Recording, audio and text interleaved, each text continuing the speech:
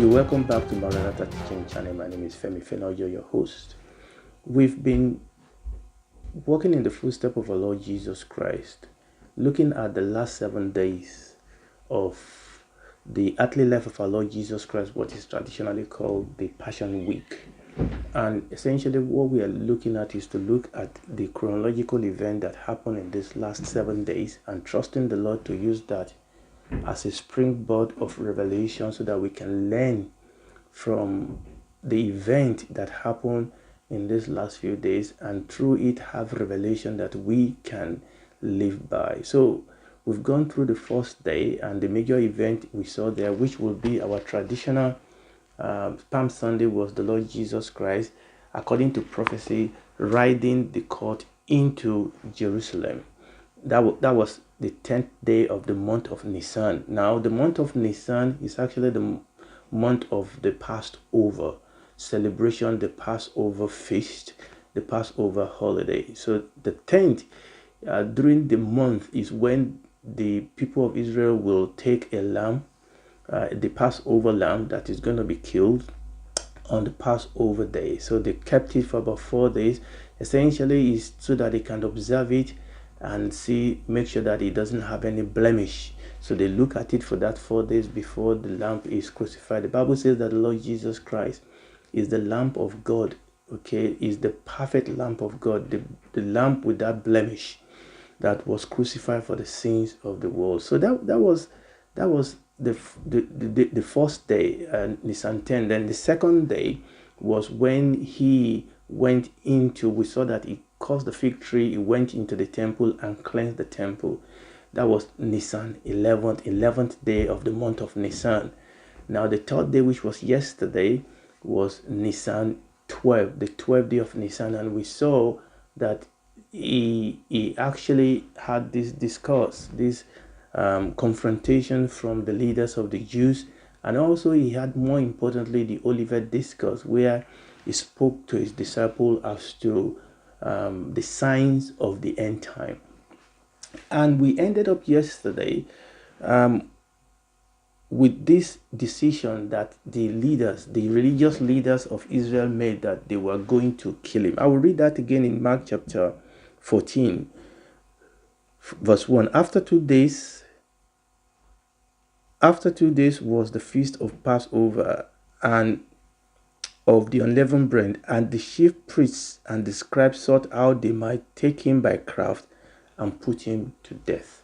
Now, when you read this same event in the record of John, you will realize that actually the prime mover of this decision to kill the Lord Jesus Christ was Caiaphas himself, who happened to be the chief priest in those days. The Bible says he didn't know what he was saying, but being the high priest, what he said was really very powerful, because he was the high priest, he was the head of the nation, and he was the voice of the divine will of God. Without really knowing it, Caiaphas was actually prophesying the will of God and declaring Jesus to be the Passover lamb for the nation. Just like every family has taken a lamb, and that lamb will have to be accepted to stand in the place of the whole family. Here Caiaphas was proclaiming that Jesus was the Passover lamb for the nation and for all people. Praise the Lord. Now, so today we are on day 4, and which is the 13th day of Nisan, or Nisan 13. Now you remember this will be the eve before the Passover, which will be on the 5th day. Okay, but we are on the 4th day. Now it is important that we take a pause here, because it is important for us to understand the Passover celebration and the days that surround it, in order for us to understand what is going to happen from the 4th day over the next couple of days. Because if we don't understand this, it's going to be a little bit confusing. So I'm going to pause a little bit and talk about the feast of the Lord that God actually asked the children of Israel to observe every year. So just like in our nation we have different months, January to December, they also have 12 months. Now, there are some years that the Jews will have 13 months of 13 months in that year. Now, we are not going to go into that today, but for the most part, they also have 12 months. Now, scattered over the months in the Jews are various feasts that God has commanded the children of Israel to observe, and the Lord Jesus fulfilled every one of those feasts. Now, I'm going to, rather than me talking about this feast and taking a lot of time, I'm going to play you a short video, and the credit goes to Maranatha Chapel TV. This was a clip I saw on this TV, and I thought that it is well done, it is short, and it is coincides, and it talks about those feasts of the Lord. So watch this and I'll be back. It was on top of Mount Sinai that God gave Moses the dates and observances of the 7 feasts of the Lord, which are Passover, unleavened bread, first fruits, Pentecost, trumpets, atonements, and then the Feast of Tabernacles. It is interesting to note that the Hebrew word for feasts is moed, which more literally translated means divine appointments. And more importantly, all 7 feasts point to and are fulfilled in Jesus. These feasts are separated into 2 seasons, the spring feasts and the fall feasts. Jesus was crucified on Passover. He was then buried on the Feast of Unleavened Bread and resurrected on the Feast of First Fruits. 50 days later, the Holy Spirit was given to us on Pentecost. Now, the entire human race exists between the feasts of the spring and fall, which represent the church age. The Lord is harvesting believers and patiently beckoning those who will follow Him until the fall feasts come. These fall feasts are to be fulfilled in the second coming of Jesus. And the first of these is the Feast of Trumpets. And this represents, I believe, the rapture of the church, while the Feast of Atonement represents the second coming, and the Feast of Tabernacles represents the kingdom age of the Lord. We want to celebrate as a church the Feast of Trumpets. Jesus Himself said, "Behold, I am coming quickly." That is beautiful. Again, credit to Maranatha Chapel TV for that short video. As you will see that the Feast of Passover is the first of the 4 spring feasts. And it is important for us to understand this feast in order for us to understand the chronology and the implication of what is happening in these 7 days. Because these events are actually overlaid on the normal celebration of the Passover feast. Now, just again, so that I will save time, I'm just going to read this out for you, and it's an explanation and a description, a short explanation and a description as to this period in as celebrated by the Jews. Okay, so on the 10th day of Nisan, which is roughly equivalent to our April in the Western calendar, every family of Israel will take a lamb without blemish and separate it from the flock. On the evening of the 14th, the Passover lamb was killed. Now, today, the 4th day, we are on the 4th day. This is the 13th of Nisan.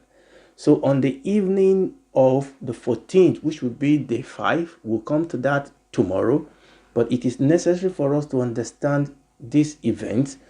So on the 14th, the Passover lamb was killed, cooked. So it will be done in the evening of the 14th. The Passover lamb is killed, cooked, and eaten during the night. The blood was applied to the doorpost and the lintel. This feast celebrates the exodus from Egypt, but like all the feasts, it also has a prophetic meaning, which obviously is fulfilled in the person of the Lord Jesus Christ. It looks forward to the sacrifice of the Lamb of God who takes away the sin of the world, like John said. So this was clearly demonstrated by Paul when he wrote, "For even Christ our Passover is sacrificed for us," and we read that in 1 Corinthians chapter 5, verse 7. Not only did Jesus fulfill this feast symbolically, but he also quite literally fulfilled this feast. Why? Because on the 10th of Nisan, which will be equivalent to our Palm Sunday, which was our day one, the Lord Jesus rode down the Mount of Olives on a colt. He was crucified 4 days later on Passover. We will come to that. Okay. Now, remember, we are looking at the feast generally now, and we are going to overlay it on our chronology. Now, the day following the Passover, so we are on day 4, which is 13th day of Nisan. Day 5 will be the Passover. Our day 6 and Passover will be the 14th of Nisan. Day 6 will be the 15th of Nisan. Okay. The day following Passover, the 15th of Nisan, began the feast of the unleavened bread. This feast covers 7 days from the 15th to the 21st of Nisan. The first and the last day, that will be the 15th, and the 21st were High Sabbath day. This is what they call it. High Sabbath days are mandatory rest, which occur during some feast days. Just as the weekly Sabbath, the day before any, and this is important, the day before any High Sabbath day is a preparation day. So, the day before any High Sabbath day is a preparation day. That means, and this is really, really very important, that means the Passover, which is 14th, is also the preparation day for the High Sabbath day, which is the 15th. Okay? And this is very important. The Lord Jesus was crucified on the Passover. His body was laid in the tomb just before sunset, when the High Sabbath of the Feast of Unleavened Bread began. His body laid in the tomb for the first 3 days of this feast, from the 15th through the 17th of Nisan. Praise the Lord. Now, I know I've gone ahead of myself, but it was necessary for me to put it all together. We will unravel this as we go through the days. Okay, so let's unravel it. Let's pick where we are. Okay, so yesterday we saw how the leaders conspire to put the Lord Jesus Christ to death. I will read Mark chapter 14. After 2 days was the feast of Passover and unleavened bread, because Passover and unleavened bread goes hand in glove. Passover 14th, unleavened bread start on the 15th for the next 7 days. Right. And the chief priests and the scribes sought how they might take him by craft and put him to death. For them to kill him, they have to arrest him first.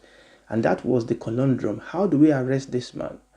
And this was their problem. But they said, not on the feast day, let there be an uproar of the people.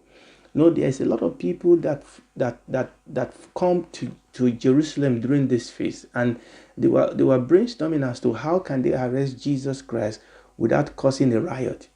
Okay, and then that was what they were trying to talk about here, but something happened, and I'm going to jump some of this story here. Verse 10 of chapter 14 says, and Judas Iscariot, one of the 12, went unto the chief priest to what?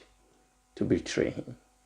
So this is exactly the missing link that the leaders were looking. How can they arrest Jesus out of the gaze of the public without causing an uproar?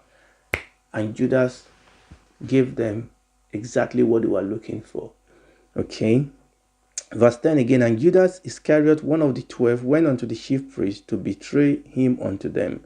And when they heard it, they were glad and promised to give him money, and he sought how he might conveniently betray him. So the plan here is, how can we conveniently get Jesus into a place where he can be arrested without the public being aware of it? And our leaders, our politicians still do that today, okay? By the sleight of hand, they make you look in one direction while they are doing evil in another direction. They make you believe that they are working for your good, whereas they are really working for their own selfish end. So that was what was happening here, that Judas allowed the devil to use him to betray the Lord Jesus Christ. And his just description is, let us know when he's in a place where we can conveniently come and arrest him and take him away. Now, the next event is the reason why I took time off to talk to you about the whole process of the Sabbath and the unleavened bread and the whole concept of the high Sabbath. Because if you don't understand that process, what we are going to say next will be confusing. But once you understand that, it is actually clear. Okay, and when you compare scripture with scripture, one part of the scripture throw light on the other part. Now, verse 12. Now remember, we're on day 4, and this is the main event. Okay, the first event is we've talked about how Judas betrayed or went to the high priest and said, look, I can betray him, I can give him to you, what will you pay me? Okay, and they negotiated. Now the next event of this day is very, very important. Mark chapter 14 verse 12. And the first day of unleavened bread, when they killed the Passover, his disciples said unto him, where wilt thou that we go and prepare that thou mayest eat the Passover? And he sendeth forth 2 of his disciples and said unto them, go into the city, and there shall meet you a man bearing a pitcher of water. Follow him. And wheresoever he shall go in, say you unto the good man of the house, the master saith, where is the guest chamber, where I shall eat the Passover with my disciple? And he will show you a large upper room, furnish and prepare, there make ready for us. And his disciple went forth and came into the city, and essentially they found it as Jesus have said. Verse 16, and his disciple went forth and came into the city and found as he had said unto them, and they made ready for the Passover. And in the evening he cometh with the 12, and they sat and did eat. And Jesus said, verily I say unto you, one of you which eat with me shall betray me. And then the whole issue about who was going to betray him. Okay, let's go down. Verse 22. And as they did eat, Jesus took the bread and blessed and brake it and gave it to them and said, take, eat this, this is my body. And he took the cup, and when he had given thanks, he gave it to them, and they all drank of it. And he said unto them, this is my blood of the New Testament, which is shed for many. Verily I say unto you, I will drink no more of the fruit of this vine until the day that I drink it new in the kingdom of God. Verse 26, and when they had sung an hymn, they went out unto Mount Olive. Right. Now, this is very important, because if you don't understand the background of what I've mentioned a few minutes ago, this portion of the scripture can be easily misunderstood. Okay? Now, so that I'm not going to take too much time, I'm going to read this out to you and follow the trend of what happened during the Passover. Remember, we are on day 4, we are on Nisan 13, which is the day before the Passover. Okay? And this meal that the Lord Jesus had with his disciples, oftentimes people confused it with the Passover meal. This meal that the Lord Jesus Christ had, that we just read, with his disciple on day 4, which is Nisan 13, is not the traditional Passover meal. And that is very, very important. People confuse that because the Lord Jesus told us, okay, they said, well, because they need to prepare. Where do you want us to prepare for the Passover? I said, go, they got the upper room ready. And then they met together that evening and they had a meal. And people just automatically believed that that was the Passover meal. But it wasn't. And there are clear reasons why we will see that it wasn't. What we know is that they did have a meal. That much we can say they did have a meal. Now, what happened is that, now I know I'm jumping into tomorrow because there's no way I can discuss this without jumping to tomorrow. What happened is that the Passover lamb will be killed in the evening of the Passover day. Is that okay? And then they will have a meal. So the meal will have to come after the Passover lamb was killed, and I will discuss that tomorrow. Okay. Now, the question is this the same meal that the Lord Jesus was having on day 4? The answer is no. And there are various ways for us to be clear that is not the case. Okay, I will read this out for you. When coming to an understanding of the biblical chronology of the Passion Week, a person must contend with the passage relating to the Last Supper. In Mark that we read, and the corresponding gospel in Matthew and Luke, it is clear that the Lord Jesus requested a room to celebrate the Passover.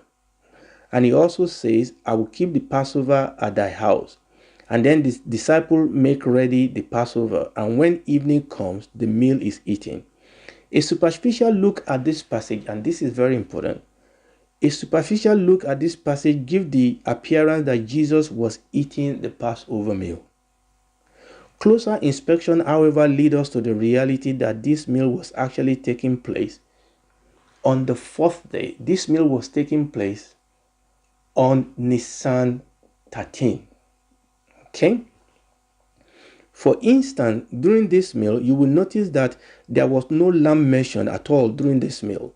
Yet the lamb will have been integral part of the Passover meal, because the lamb will have to have been killed. That was not the case in where we've read on day 4, Nisan 13. Also, you will notice that it says that Jesus sat down. And other gospel talks of the reclining around the table. And yet, when you understand how the Old Testament tells them to celebrate when they eat the Passover meal, the Old Testament is clear that the Passover meal was to be observed standing, not reclining.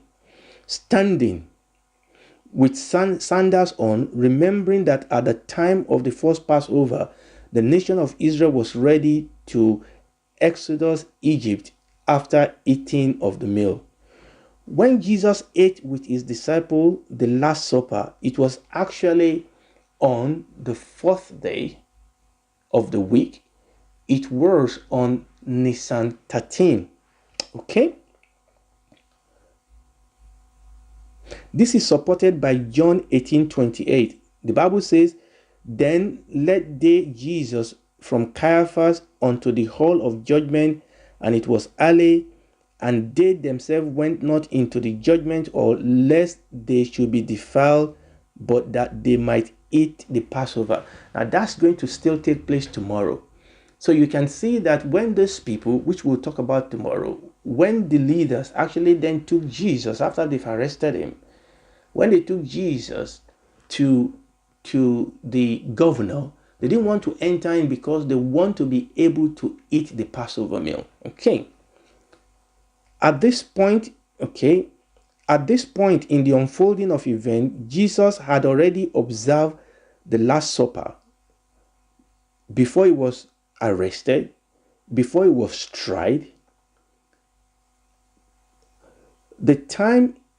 Notice the Jews leading Jesus did not want to defile themselves so that they could eat the Passover.